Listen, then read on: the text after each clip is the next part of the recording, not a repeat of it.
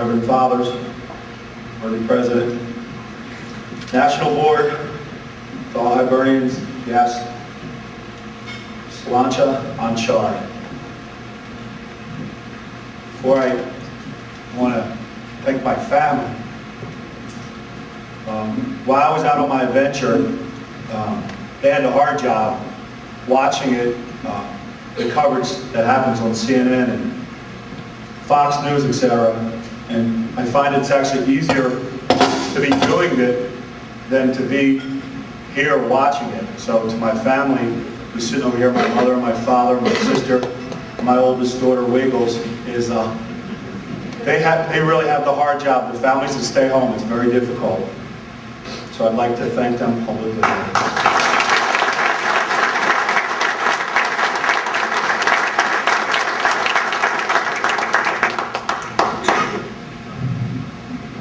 A few months back at our division awards dinner, the Molly McGuire AOH 40 dinner, the Philadelphia County Board President Tom O'Donnell introduced me.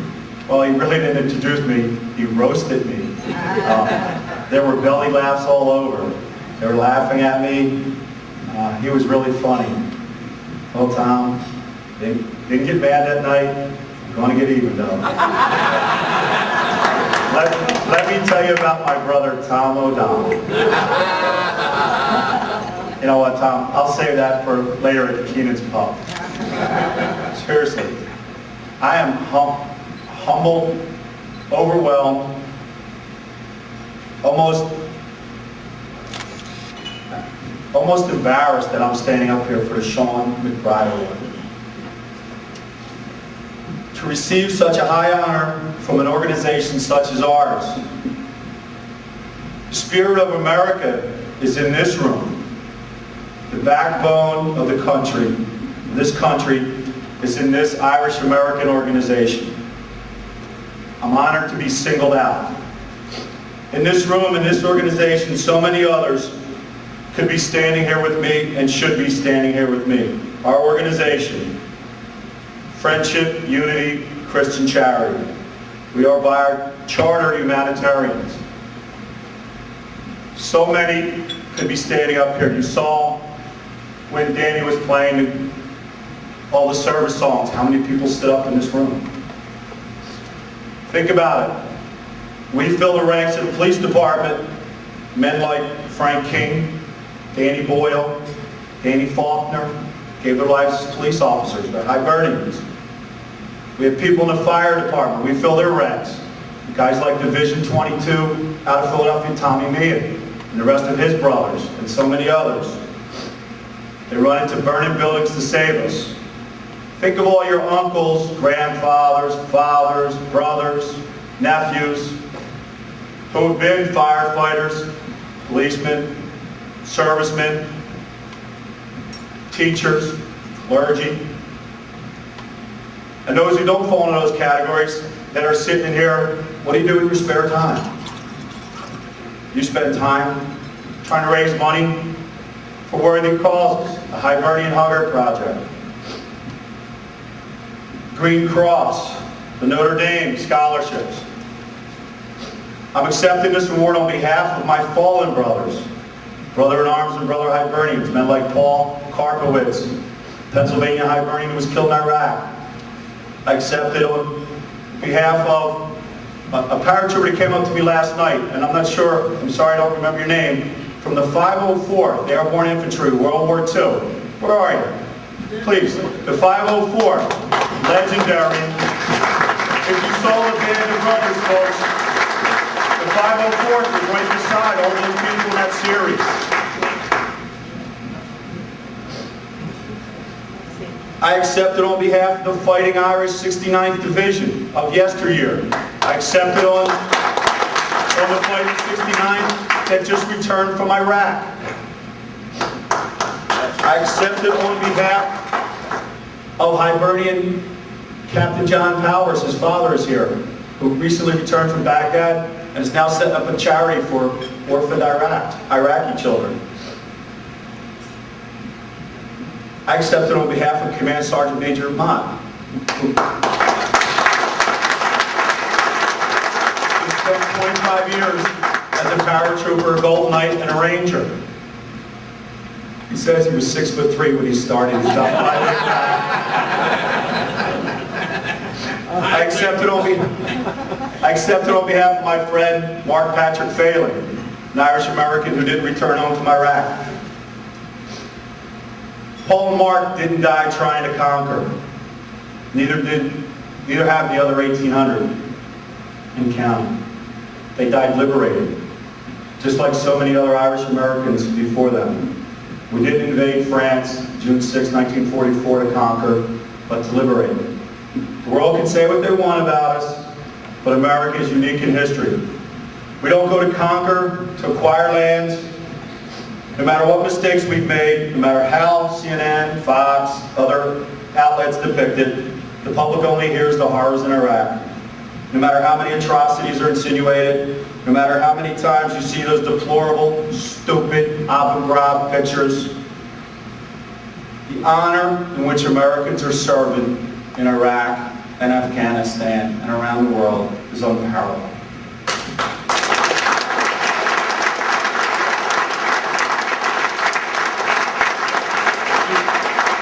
You've heard the names of those involved in Abu Ghraib, but you haven't heard the names of real soldiers that are over there.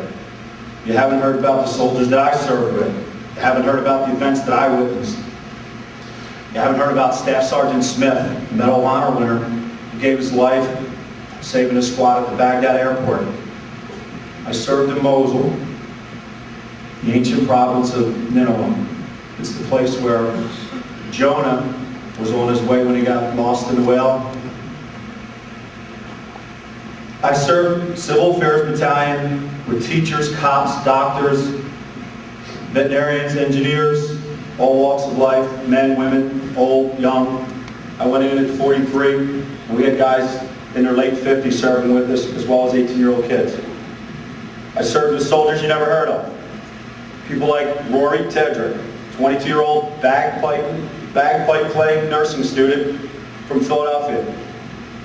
He worked on our medical team assisting Iraqis upgrade their medical care, their facilities, and supplies. His passion, what he spent most of his time on, was trying to upgrade prenatal care for the women because the mortality rate was so high, the infant mortality rate. You haven't heard about Amanda Christensen from Lancaster, Pennsylvania, a 25-year-old mother of a toddler who spent her days in Iraq dodging mortars, ambushes, IEDs, suicide bombers. Not so she could conquer, so she could assist her civil affairs education team in rebuilding mud hut schools. It's 2004 when we were there, and mud hut schools, 21st century, folks. You haven't heard about Colonel Franz, a Mayo Clinic surgeon, volunteered to go. A Mayo Clinic surgeon, top-notch, world-class doctor, riding through gauntlets of ambushes to perform surgery on everyday, ordinary Iraqi citizens who want us there. You haven't heard about Major Brian Lentz, a prominent Philadelphia attorney, gave up his practice to lead our company in Iraq. He's now taken that passion and leadership and is going to run for U.S. Congress in Delaware County. There are thousands and thousands of positive experiences occurring in Iraq. You don't hear about them. You only hear about the horrors. My honor to wear the uniform of the United States of America. Despite missteps,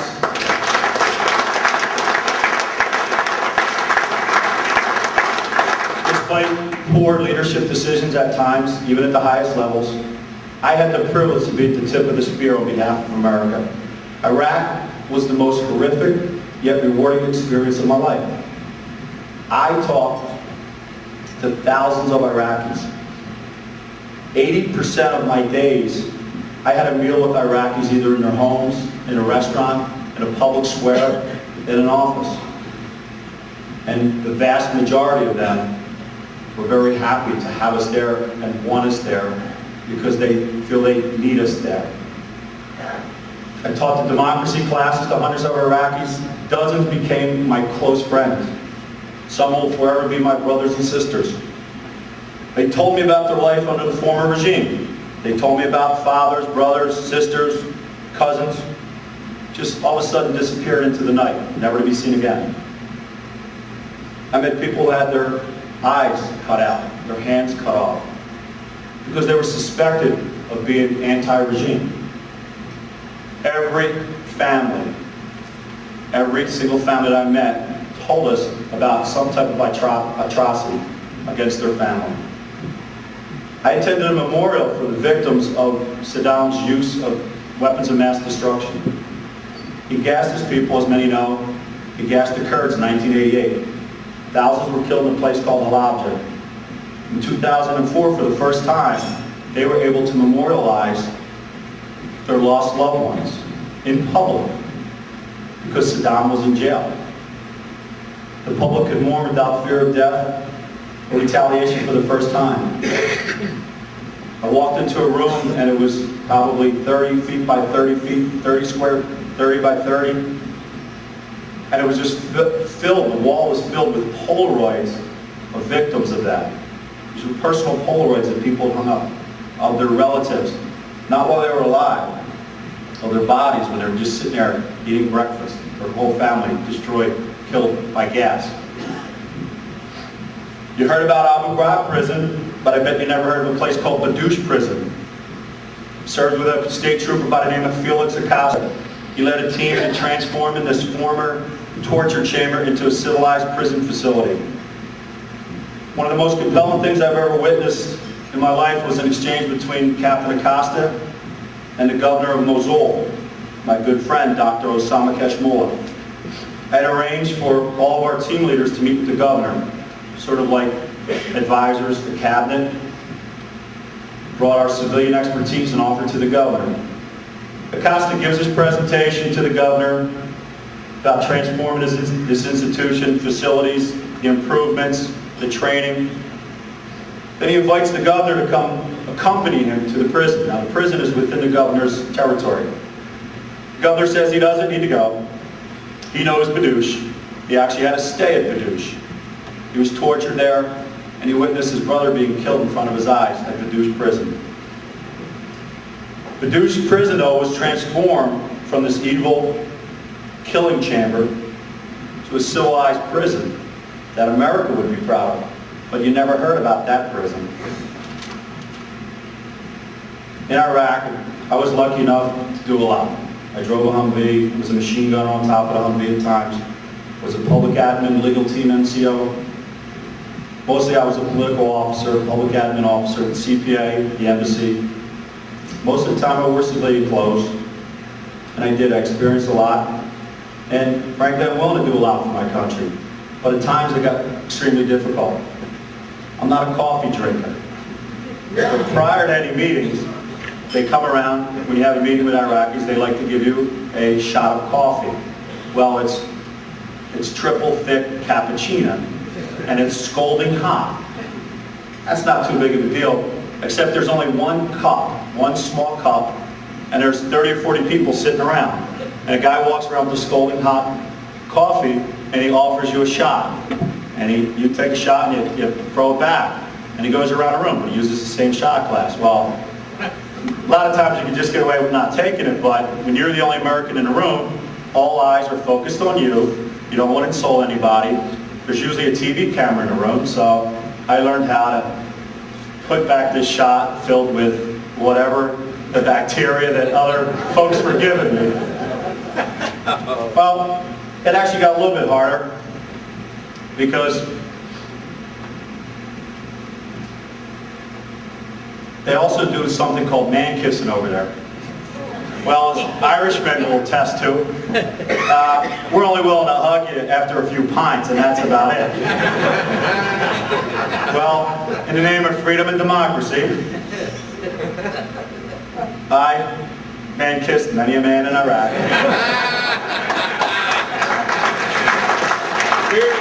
And if you think about it, and I'm not trying to knock the culture, but the hygiene is not really that much of a priority. It's very hot, it's very difficult to wash your clothes, so trust me, it was rough.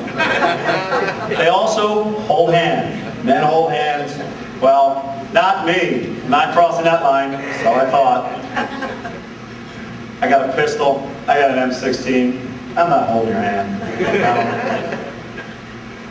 One day I'm at the Regional Governors Conference. We have 8 governors from around the northern part of Iraq. And sure it is, there I am, walking down the hall, holding the governor's hand.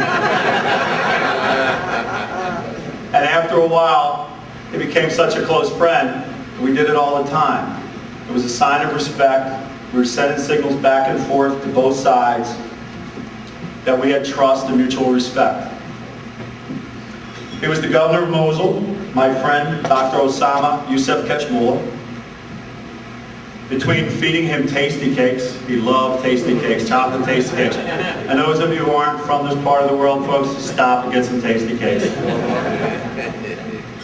I could get more cooperation and more things done based on my friendship and the tasty cakes than 2- and 3-star generals could with $6 million checks. If he needed something done, I got it done. He took the checks and smiled, but if he needed it done, my tasty cakes would get it done a lot quicker. This governor was elected by the local city council at the time. Now this is before they did the purple fingers that we all saw on CNN. There was a TV debate, an open election, the root of democracy. He was an Iraqi patriot, an American friend, a brother, was the bright light. Unfortunately, he was assassinated in July 2004. But there was a peaceful transformation up there.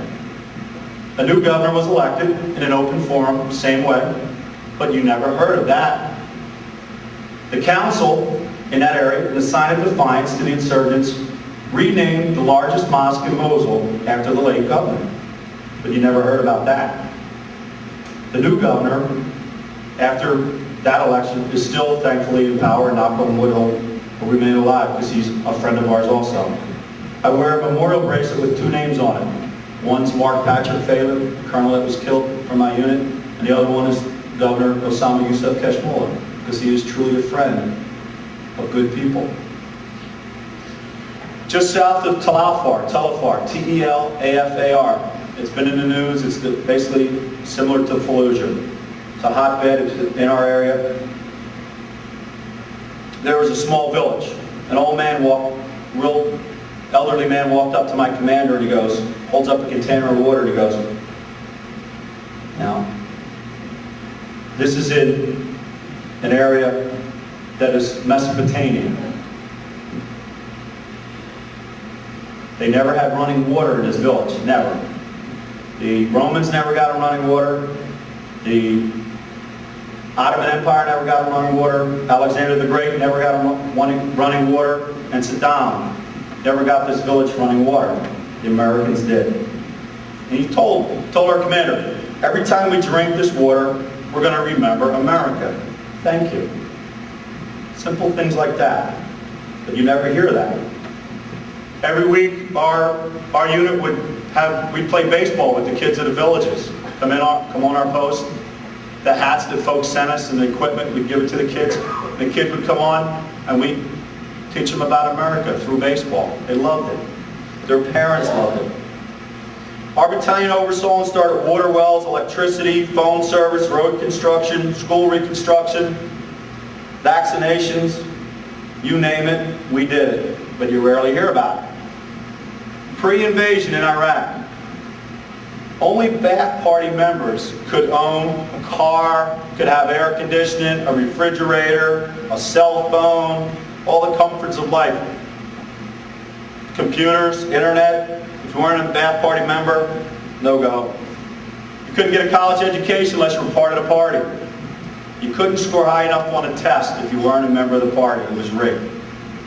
Post-invasion, we saw an economic boom, and I'm still hearing about it from my friends that are over there now. But you haven't heard about it. Cars flooded from Turkey and Europe.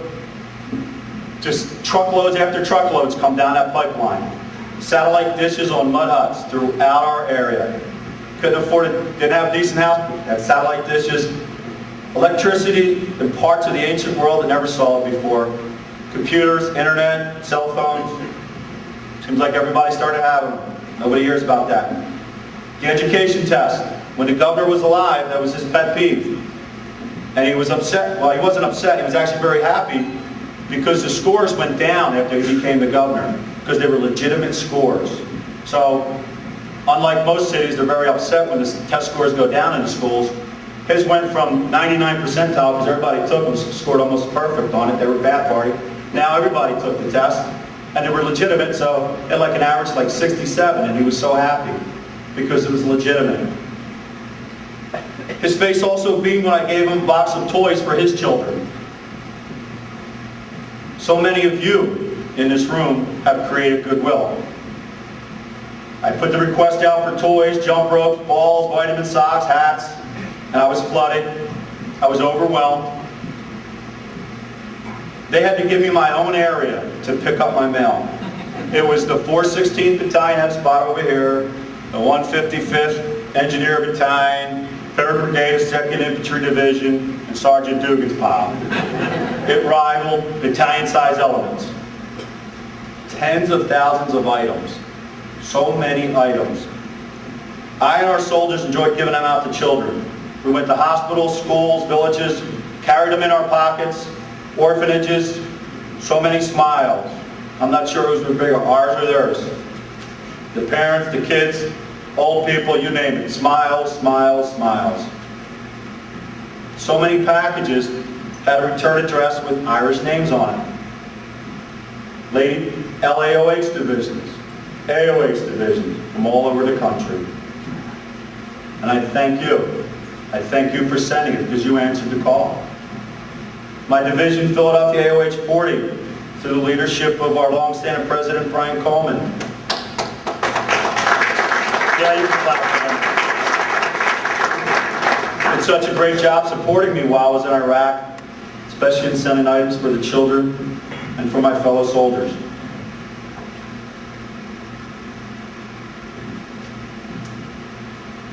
I don't want you to think that I'm condoning the war, because war is terrible. And I'm not a fan of many of our foreign policy decisions.